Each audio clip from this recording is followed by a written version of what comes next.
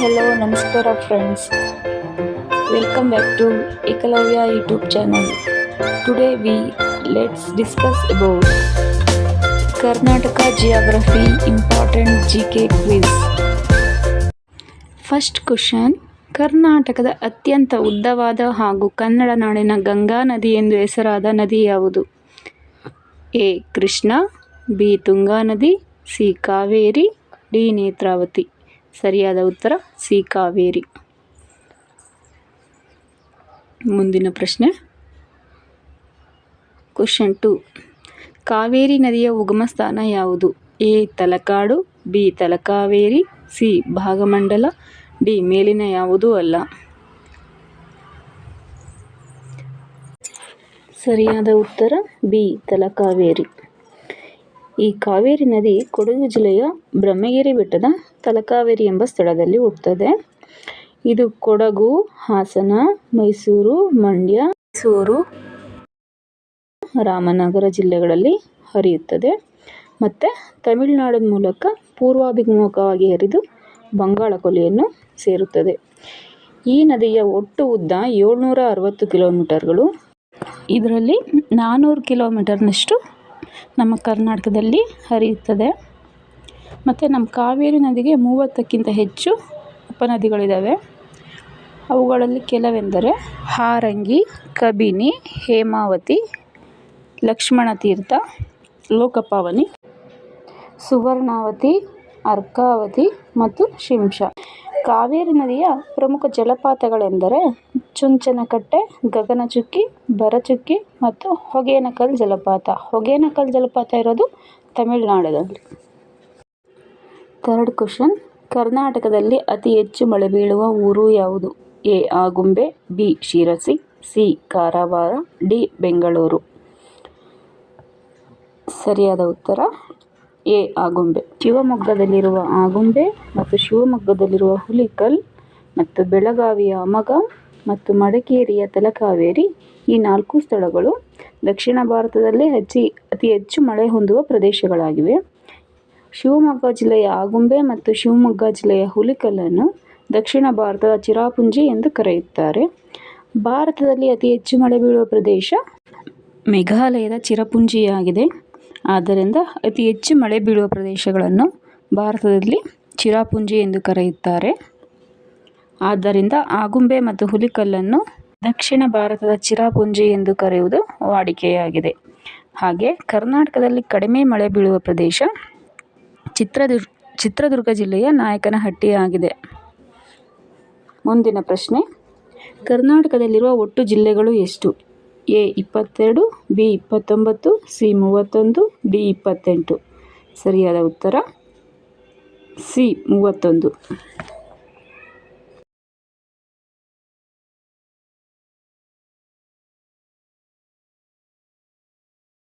Question 5. Karnataka ರಾಜ್ಯದಲ್ಲಿರುವ ಒಟ್ಟು ತಾಲೂಕುಗಳು ಎಷ್ಟು? ಎ. 150, ಬಿ. 227, ಸಿ. 160, ಡಿ. 143. ಸರಿಯಾದ ಉತ್ತರ ಬಿ. 227. ಪ್ರಶ್ನೆ ಕ್ವೆಶ್ಚನ್ ನಂಬರ್ 6. ಕರ್ನಾಟಕದ ಒಟ್ಟು ವಿಸ್ತೀರ್ಣ ಎಷ್ಟು? ಎ. 1,91,791 ಚದರ ಕಿಲೋಮೀಟರ್, ಬಿ. 1,50,690 ಚದರ ಕಿಲೋಮೀಟರ್ಗಳು, ಸಿ.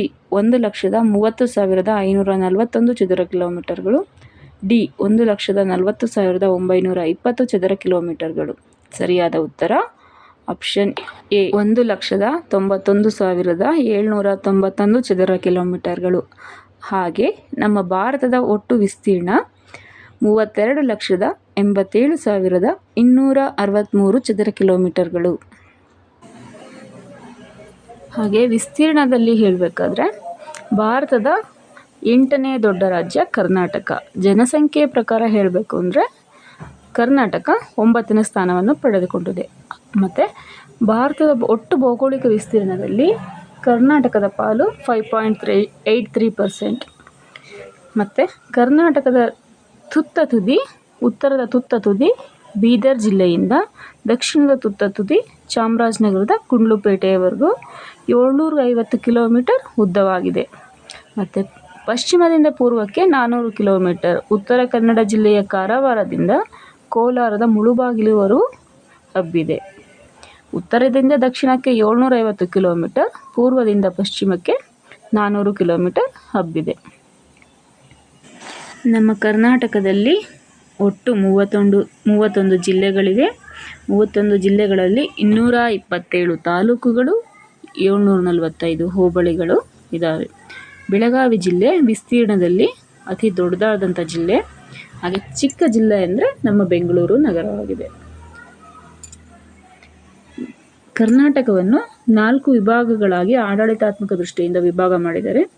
ಮೊದಲನೆಯದು ಬೆಂಗಳೂರು, ಎರಡನೆಯದು ಮೈಸೂರು, ಮೂರನೆಯದು ಬೆಳಗಾವಿ, ನಾಲ್ಕನೆಯದು ಕಲಬುರಗಿ ವಿಭಾಗಗಳು.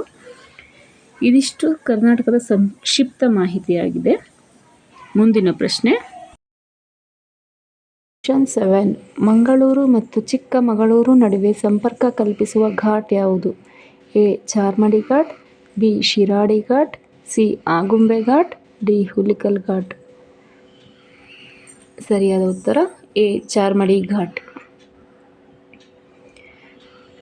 ಘಾಟ್ಗಳ ಬಗ್ಗೆ ಸ್ವಲ್ಪ ಬ್ರೀಫಾಗಿ ತಿಳ್ಕೊಳ್ತಾ ಹೋಗೋಣ. ಚಾರ್ಮಾಡಿ ಘಾಟ್ ಬಂದ್ಬಿಟ್ಟು ಮಂಗಳೂರು ಮತ್ತು ಚಿಕ್ಕಮಗಳೂರು ನಡುವೆ ಸಂಪರ್ಕವನ್ನು ಏರ್ಪಡಿಸುತ್ತೆ. ಶಿರಾಡಿ ಘಾಟ್ ಹಾಸನ, ಸಕಲೇಶ್ಪುರ ಮತ್ತು ಮಂಗಳೂರು ನಡುವೆ ಸಂಪರ್ಕವನ್ನು ಕಲ್ಪಿಸುತ್ತೆ. ಆಗುಂಬೆ ಘಾಟ್ ಶಿವಮೊಗ್ಗ ಮತ್ತು ಉಡುಪಿಯ ನಡುವೆ ಸಂಪರ್ಕವನ್ನು ಕಲ್ಪಿಸುತ್ತೆ. ಹುಲಿಕಲ್ ಘಾಟ್ ಶಿವಮೊಗ್ಗ ಮತ್ತು ಕುಂದಾಪುರ ನಡುವೆ ಸಂಪರ್ಕವನ್ನು ಕಲ್ಪಿಸುತ್ತೆ. Question number 8. ಶ್ರವಣಬೆಳಗೊಳದಲ್ಲಿರುವ ಗೊಮ್ಮಟೇಶ್ವರ ವಿಗ್ರಹದ ಎತ್ತರ ಎಷ್ಟು? ಎ. 55 ಅಡಿ, ಬಿ. 59 ಅಡಿ 8 ಅಂಗುಲ, ಸಿ. 58 ಅಡಿ 8 ಅಂಗುಲ, ಡಿ. 57 ಅಡಿ. ಸರಿಯಾದ ಉತ್ತರ 58 ಅಡಿ 8 ಅಂಗುಲ. ಬೆಳಗೊಳದ ಗೊಮ್ಮಟೇಶ್ವರ ವಿಗ್ರಹವು ತಲಕಾಡಿನ ಗಂಗರ ಕಾಲದ ವಾಸ್ತುಶಿಲ್ಪವಾಗಿದೆ. ಬಾಹುಬಲಿಯ ತ್ಯಾಗ ಮತ್ತು ವೈರಾಗ್ಯಗಳ ಸಂಕೇತವೇ ಈ ಶ್ರವಣಬೆಳಗೊಳದ ಗೊಮ್ಮಟೇಶ್ವರ ವಿಗ್ರಹ. ಇದು ವಿಶ್ವದಲ್ಲಿಯೇ ಅತ್ಯಂತ ಎತ್ತರವಾದ ಏಕಶಿಲಾ ಶಿಲ್ಪ. ಇದನ್ನು ನಿರ್ಮಾಣ ಮಾಡಿಸಿದವರು ಚಾವುಂಡರಾಯ. ಚಾವುಂಡರಾಯನು 4ನೇ ರಾಚಮಲ್ಲನ ಮಂತ್ರಿಯಾಗಿದ್ದವನು. ಬೆಳಗೊಳದ ಚಿಕ್ಕ ಬೆಟ್ಟದ ಮೇಲೆ ಚಾವುಂಡರಾಯನ ಬಸದಿ ಇದೆ. ಕನ್ನಡ ನಾಡಿನಲ್ಲಿ ಅತಿ ದೀರ್ಘಕಾಲ ಆಳಿದವರಲ್ಲಿ ಗಂಗರು ಒಬ್ಬರಾಗಿದ್ದಾರೆ. ಮೈಸೂರಿನ ತಲಕಾಡು ಗಂಗರ ರಾಜಧಾನಿಯಾಗಿತ್ತು. ಮತ್ತು ದುರ್ವಿನೀತ ಎಂಬಂಥವನು ಗಂಗರ ರಾಜರಲ್ಲಿ ಶ್ರೇಷ್ಠನಾದ ರಾಜನಾಗಿದ್ದನು. ಇಷ್ಟು ಗೊಮ್ಮಟೇಶ್ವರ ವಿಗ್ರಹದ ಬ್ರೀಫ್ ಇನ್ಫಾರ್ಮೇಷನ್ ಆಗಿದೆ. Next question number 9. Rajiv Gandhi ರಾಷ್ಟ್ರೀಯ ಉದ್ಯಾನವನ ಎಲ್ಲಿದೆ? ಎ. ಕೊಡಗು ಜಿಲ್ಲೆ, ಬಿ. ಚಿಕ್ಕಮಗಳೂರು ಜಿಲ್ಲೆ, ಸಿ. ಚಾಮರಾಜನಗರ ಜಿಲ್ಲೆ, ಡಿ. ಹಾಸನ ಜಿಲ್ಲೆ. ಸರಿಯಾದ ಉತ್ತರ ಎ. ಕೊಡಗು ಜಿಲ್ಲೆಯ ನಾಗರಹೊಳೆ.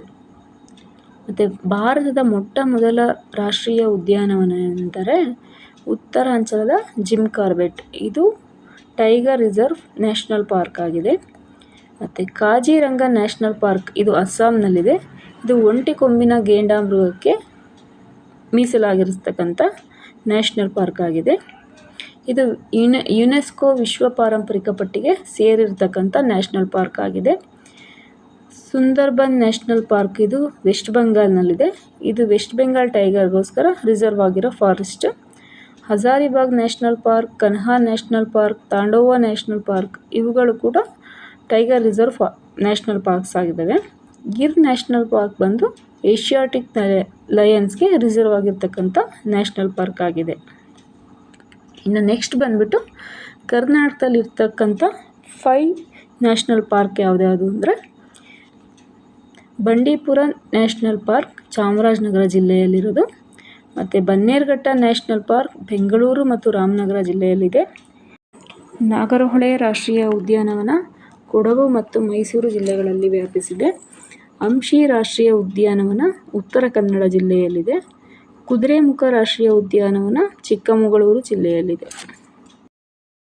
Question number 10. ನವಿಲು ತೀರ್ಥದ ಬಳಿ ಯಾವ ನದಿಗೆ ಅಣೆಕಟ್ಟು ಕಟ್ಟಿದ್ದಾರೆ? A. Malaprabha, B Tungabhadra, C Ghataprabha, D Kaveri. ಸರಿಯಾದ ಉತ್ತರ ಎ ಮಲಪ್ರಭಾ.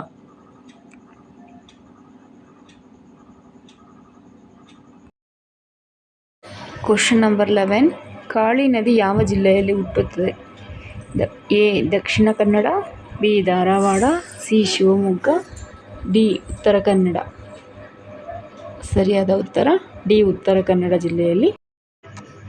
ಕುಶಾವಲಿ ಎಂಬ ಸಣ್ಣ ಹಳ್ಳಿಯಲ್ಲಿ ಹುಟ್ಟಿ ಪಶ್ಚಿಮಮುಖವಾಗಿ ಹರಿದು ಅರಬ್ಬಿ ಸಮುದ್ರವನ್ನು ಸೇರುತ್ತದೆ. ಕಾಳಿ ನದಿಗೆ ವಿದ್ಯುತ್ ಉತ್ಪಾದನೆಗಾಗಿ ಸೂಪಾ ಅಣೆಕಟ್ಟನ್ನು ಕಟ್ಟಲಾಗಿದೆ. Question number 12. ಕರ್ನಾಟಕದಲ್ಲಿರುವ ಅತ್ಯಂತ ದೊಡ್ಡ ಬಂದರು ಯಾವುದು?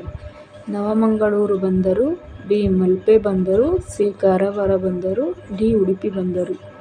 ಸರಿಯಾದ ಉತ್ತರ ನವಮಂಗಳೂರು ಬಂದರು.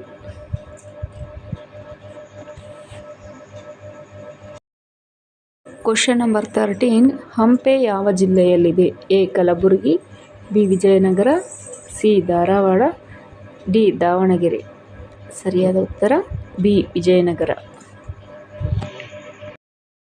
Question number 14. ಏಷ್ಯಾದಲ್ಲಿ ಅತ್ಯಂತ ಹೆಚ್ಚು ತೊಗರಿ ಬೇಳೆ ಬೆಳೆಯುವ ಕರ್ನಾಟಕದ ಜಿಲ್ಲೆ ಯಾವುದು? A Dharwad, B Kalaburagi, C Mysuru, D Raichur. ಸರಿಯಾದ ಉತ್ತರ B Kalaburagi.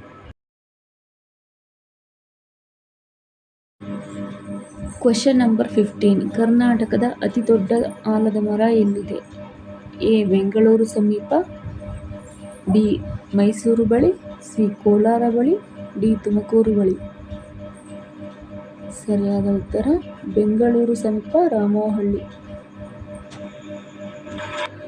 Now some basic question for you to answer in the comment box. Please try to answer friends. First question. ಭಾರತದಲ್ಲಿ ಅತಿ ಹೆಚ್ಚು ಜನಸಾಂದ್ರತೆಯನ್ನು ಹೊಂದಿರುವ ರಾಜ್ಯ ಯಾವುದು? Second question. ಕರ್ನಾಟಕದಲ್ಲಿ ಅತಿ ಹೆಚ್ಚು ಜನಸಾಂದ್ರತೆಯನ್ನು ಹೊಂದಿರುವ ಜಿಲ್ಲೆ ಯಾವುದು? Third question. ಭಾರತದಲ್ಲಿ ಅತಿ ಹೆಚ್ಚು ಜನಸಾಂದ್ರತೆಯನ್ನು ಹೊಂದಿರುವ ಕೇಂದ್ರಾಡಳಿತ ಪ್ರದೇಶ ಯಾವುದು? ಈ ಕ್ವಶನ್ಸ್ಗೆ ನೀವು ಉತ್ತರವನ್ನು ಕಮೆಂಟ್ ಬಾಕ್ಸ್ ಮೂಲಕ ನೀಡಬಹುದು. ನಮ್ಮ ಚಾನೆಲ್ನಲ್ಲಿ ಬರ್ತಾ ಇರ್ತಕ್ಕಂಥ ವಿಡಿಯೋದಲ್ಲಿ ಏನಾದರೂ ತಪ್ಪಿದ್ದರೆ ನೀವು ದಯವಿಟ್ಟು ತಿಳಿಸ್ಕೊಡ್ಬೇಕಾಗಿ ವಿನಂತಿ. ನಾವು ಅದನ್ನು ಶೀಘ್ರದಲ್ಲೇ ಸರಿಪಡಿಸ್ಕೊಡ್ತೇವೆ. Thank you for watching Ekalavya YouTube channel. And please like, share and subscribe to my channel. Thank you.